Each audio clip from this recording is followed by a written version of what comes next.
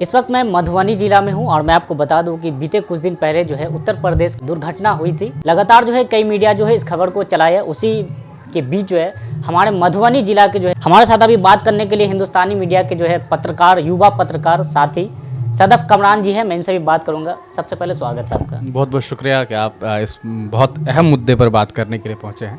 देखिए, जो मामला है उत्तर प्रदेश के शामली में जो है 4 तारीख को एक दुर्घटना घटती है। बेहद अफसोसजनक दुर्घटना घटती है जिसमें एक शख्स जिसका नाम फिरोज़ कुरैशी बताया जाता है, उन्हें जो है कुछ लोग मारते हैं और बुरी तरीके से मारते हैं। ऐसी खबरें निकल करके सामने आई। उनके परिवार के लोगों ने यह आरोप लगाया कि बड़ी बेरहमी से मारी गई, उन्हें पीटा गया, मारा गया। और उसमें कुछ नाम भी उनके भाई ने जो है वो दिया था, जिसमें पिंकी, पंकज और राजेंद्र नाम के 3 व्यक्ति प्लस उनके साथियों ने मिलकर के मारा है, ये आरोप लगाया गया था। उसी आरोप के तहत हमने एक खबर चलाई थी 5 तारीख को शाम में हमने एक खबर चलाई कि उत्तर प्रदेश के शामली के जलालाबाद में एक दुर्घटना घटित हुई है। एक घटना घटित हुई है जहां एक मॉब लिंचिंग का मामला सामने आया है।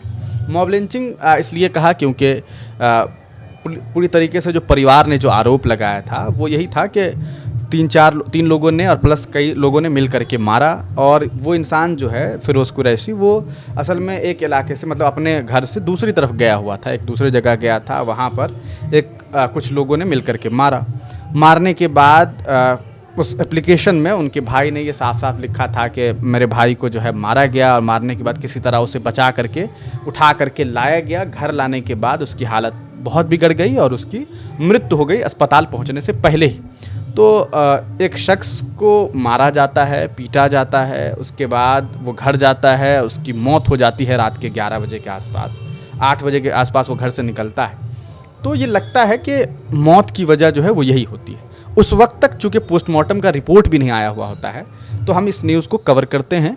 और न्यूज़ बनाते हुए हमने ये एप्लीकेशन दिखाया था कि आखिरकार उनके भाई ने क्या कुछ बातें कही है, क्या कुछ आरोप लगाए हैं। उन्हीं आरोपों के तहत हमने इसे एक मॉब लिंचिंग कह करके खबर बनाई कि एक मॉब लिंचिंग का मामला सामने आया है। इस पूरे प्रकरण के बाद हमने अगले दिन देखा कि उत्तर प्रदेश पुलिस ने 5 लोगों के ऊपर FIR दर्ज कर लिया, जिसमें हमारे वसीम भाई हैं, वसीम अकरम त्यागी, जाकिर अली त्यागी और 3 और साथी हैं। उन 5 लोगों के ऊपर जो है वो FIR दर्ज होता है कि आप लोगों ने नफ़रत फैलाने की कोशिश की है।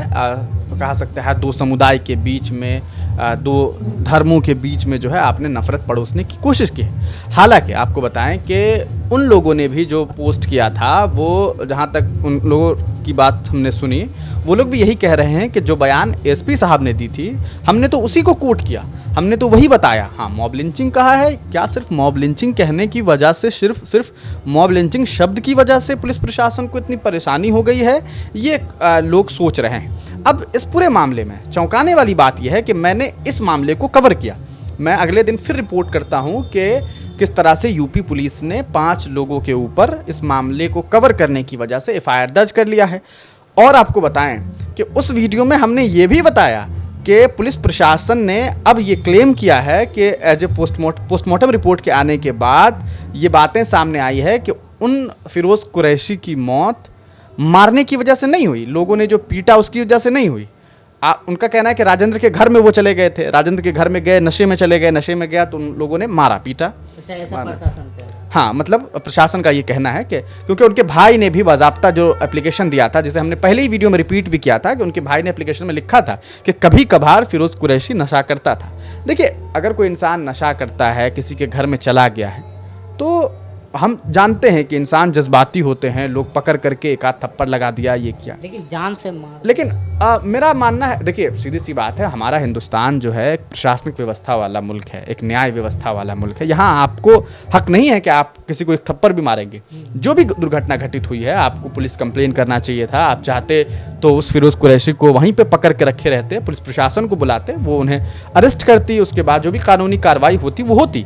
लेकिन उन्होंने ऐसा नहीं किया, मारपीट हुई, किसी तरह लोग उन्हें उन चुंगल से निकाल करके ले गए, उसके बाद उनकी मृत्यु हो गई। तो सवाल तो उठेगा ना कि अगर कोई इंसान किसी इंसान के घर गया, वहाँ उसे मारा गया और मारने के बाद उसे अपने घर लाया गया, 2-3 घंटे में उसकी मौत हो जाती है, तो ये तो बहुत चिंताजनक बात है। और अगर इसको लेकर के कोई मीडिया कर्मी कवर कर रहा है, खबर बता रहा है, तो इसमें नफरत परोसने वाली कोई बात हो ही नहीं सकती। हाँ, ये बात अगर हम लोगों ने कही गालिबन हमने भी कही कि जो देश में अल्पसंख्यक हैं, खास करके जो मुस्लिम समुदाय के लोग हैं, उनकी मॉब लिंचिंग के मामलात बढ़ रहे हैं। अब इसमें तो कोई दो राय नहीं होनी चाहिए कि लिंचिंग के मामलात जो हैं वो देश में बढ़ रहे हैं, और इस पर काफ़ी बार चिंता जाहिर खुद न्यायालय ने की है। उन्होंने कहा है कि इस तरह की घटना नहीं होनी चाहिए। इसके लिए स्टेट को भी सोचने की ज़रूरत है, पुलिस प्रशासन को सोचने की ज़रूरत है, और हमने बस ये कवर किया।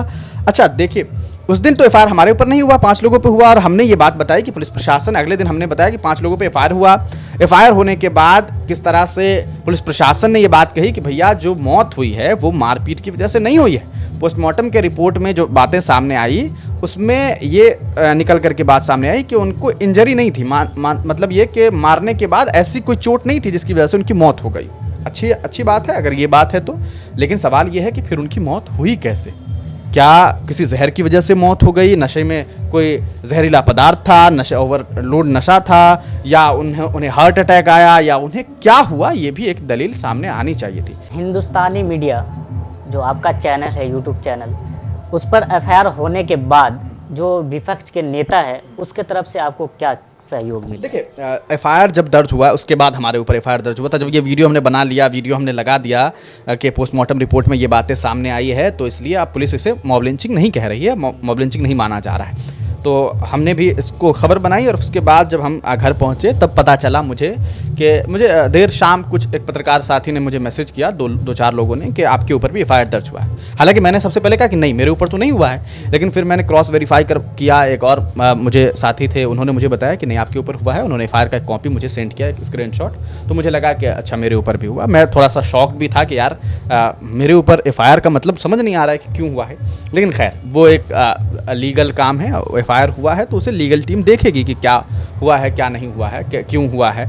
ये सारी चीज़ें तो जांच का विषय है। लेकिन देखिए, एक चीज़ और मैं बताना चाहूँगा, पुलिस, हम आपको विपक्ष की बात बताएंगे, लेकिन उससे पहले कि पुलिस प्रशासन ने जो बात कही कि आखिरकार ये एफआईआर कि हमने जो गलत खबर फैलाई, पोस्टमार्टम का रिपोर्ट आने के बावजूद हमने ये बात कही। जहाँ तक मैं ट्विटर हैंडल देख पा रहा हूँ शामली पुलिस की, जो शामली पुलिस ने जानकारी दी है, उसमें मैंने खंगाला, हालांकि हो सकता है मुझसे ये मैं सही तरीके से नहीं जांच पा रहा हूँ, तो और भी कुछ लोग जांचेंगे, पड़ताल करेंगे इसके बारे में, कि देर शाम लगभग 6:16-17 के आसपास, 13-14 मिनट के बाद, मतलब समझिए कि 6:30 से पहले जो है फेसबुक पर, यूट्यूब पर मैंने जो है वीडियो पोस्ट कर दिया था इस मामले को लेकर के कि क्या मामला घटित हुई 5 तारीख को।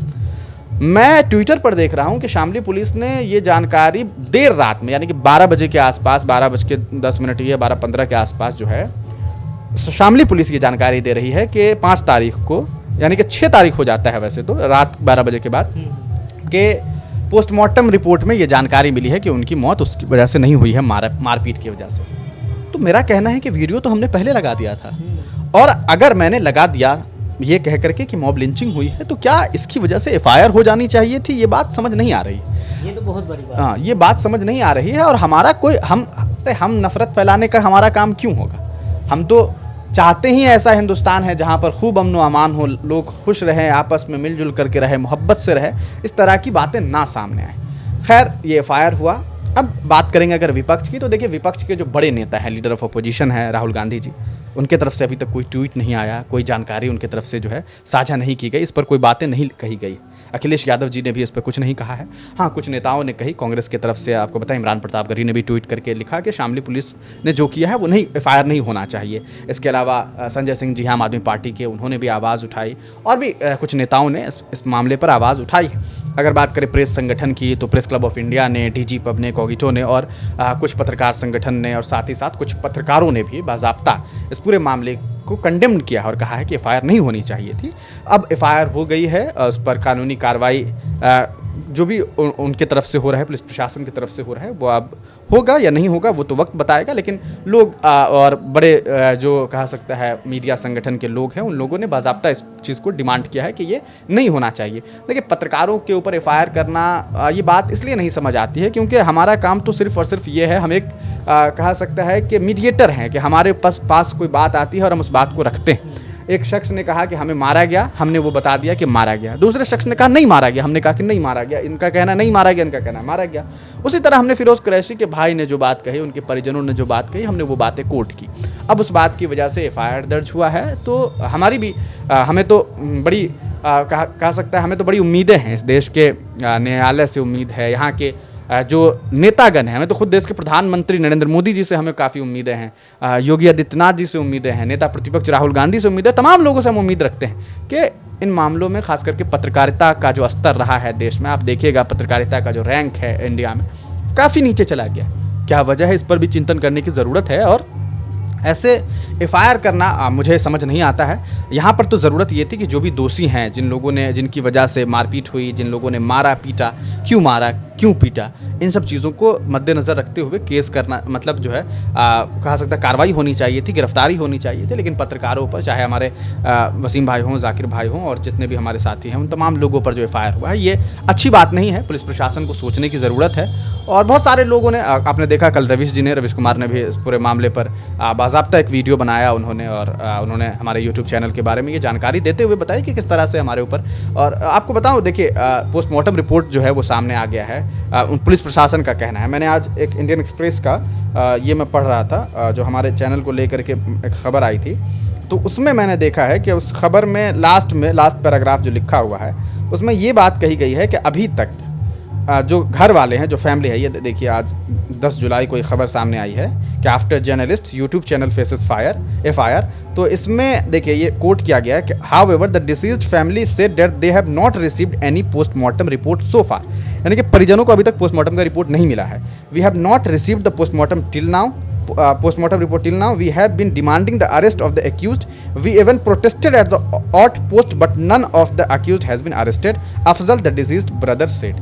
यानी कि उनके भाई अभी भी ये बात कह रहे कि हमें तो पोस्टमार्टम का रिपोर्ट भी नहीं मिला है, हमारे भाई को जो मारा पीटा उनकी गिरफ्तारी भी नहीं हुई है। तो ये चीज़ें हैं, ये सोचने वाली बातें हैं। और इसके अलावा आपको और भी बताएं, देखिए ये 1 घंटे तक चला पुलिस चौकी पर हंगामा। ये खबर अमर उजाला ने प्रकाशित की थी, जिसमें लोगों की पिटाई से युवक की मौत का मामला। अब भाई पत्रकार ने लिखा है, अब आप अमर उजाला पे केस कर दीजिएगा कि ये खबर क्यों छापी। आरोपियों की जल्द गिरफ्तारी के आश्वासन पर मांगे लोग, लेकिन अभी तक गिरफ्तारी नहीं हुई। पुलिस अस्पताल ले जाती तो बच जाती जान। ये बात फिरोज की पिटाई मौत के मामले में पुलिस की घोर लापरवाही सामने आई है। ये बात इस अखबार में छपी हुई है, आप देख सकते हैं। इसमें देखिए संतोष कुमार सिंह है, एसपी साहब है वहाँ से, उन्होंने बाज़ाब्ता कहा, स्टेटमेंट है उनका, जलालाबाद में घर में घुसे युवक की कुछ लोगों ने पिटाई कर दी थी, इसके बाद युवक की मौत हो गई। कुछ लोगों ने पिटाई कर दी, उसके बाद उनकी मौत हो गई।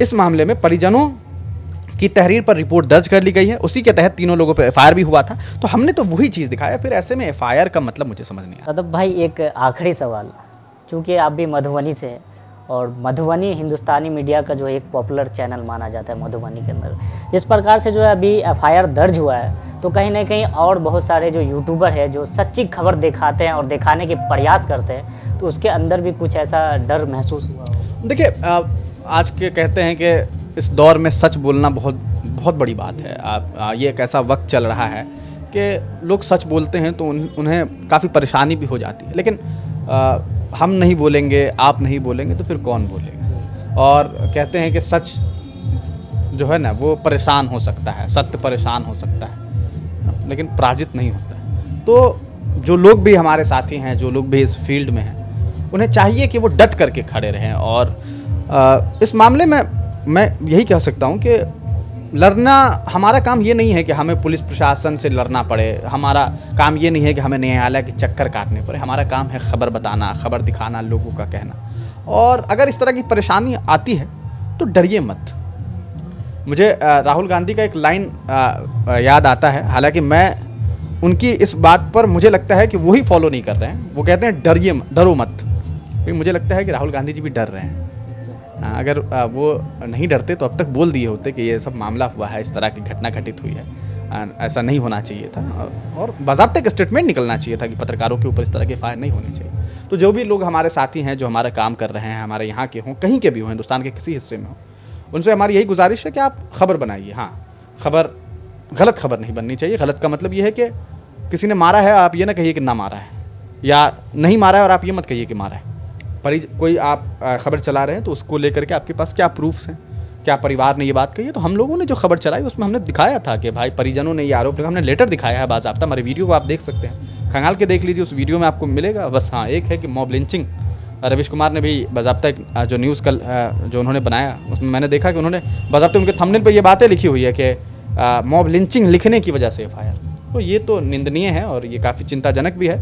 हमारी गुजारिश है तमाम आला अधिकारियों से, जो भी पुलिस प्रशासन के लोग हैं, जो भी उत्तर प्रदेश के एडमिनिस्ट्रेशन के लोग हैं, जो सरकार के लोग हैं, जो विपक्ष के लोग हैं, कि पत्रकारों के साथ ऐसा नहीं होना चाहिए। ये बहुत अच्छी बात नहीं।